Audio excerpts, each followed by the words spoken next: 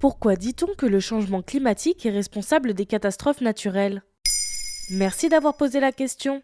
Cet été, le sud de l'Europe a été ravagé par des incendies extrêmement violents et les États-Unis et le Pakistan par des inondations historiques. Le nombre de catastrophes naturelles de ce type a été multiplié par 5 depuis 1970 selon l'Organisation météorologique mondiale. On a tendance à pointer du doigt sans hésiter le réchauffement climatique, mais encore faut-il le prouver scientifiquement.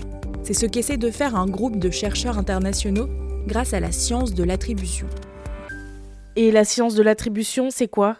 C'est une discipline qui cherche à mesurer à quel point le réchauffement climatique est responsable des catastrophes naturelles, comme les inondations, les vagues de chaleur ou de froid, les sécheresses. Elle est utilisée pour influencer les politiques climatiques ou comme argument lors d'actions juridiques déposées par des citoyens contre les États. Depuis quand existe cette science ? Dans les années 80, Klaus Hasselmann, le prix Nobel de physique en 2021, réfléchit déjà à une méthode pour démontrer scientifiquement les impacts du changement climatique. Mais ce n'est qu'en 2004 que des chercheurs d'Oxford publient la première étude d'attribution. Son sujet était la grande canicule qui avait fait 70 000 morts en Europe un an plus tôt. Depuis 2014, le World Weather Attribution regroupe des chercheurs du monde entier. Plus de 400 phénomènes météorologiques ont été étudiés depuis. Mais concrètement, comment travaillent ces scientifiques ? Ils sélectionnent un phénomène réel, puis ils utilisent des modèles numériques et font des milliers de simulations. Une partie de ces simulations est faite avec les données du climat actuel, les autres avec celles du climat pré-révolution industrielle, plus froid d'environ 1,2 degré.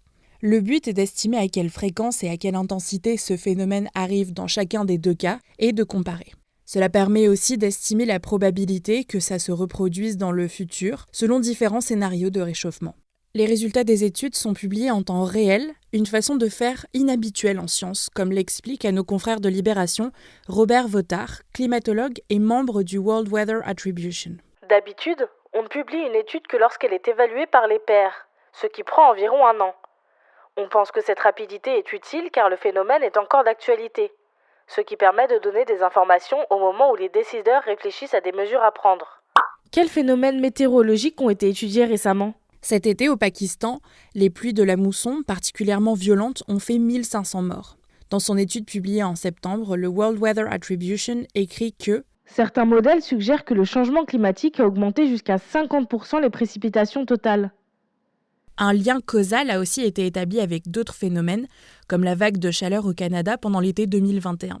Les thermomètres avaient affiché 50 degrés. Selon les chercheurs, de telles températures seraient 100 fois plus susceptibles d'arriver aujourd'hui plutôt qu'il y a 200 ans. Voilà pourquoi on dit que le changement climatique est responsable des catastrophes naturelles. Maintenant, vous savez, un épisode écrit et réalisé par Antonella Francini.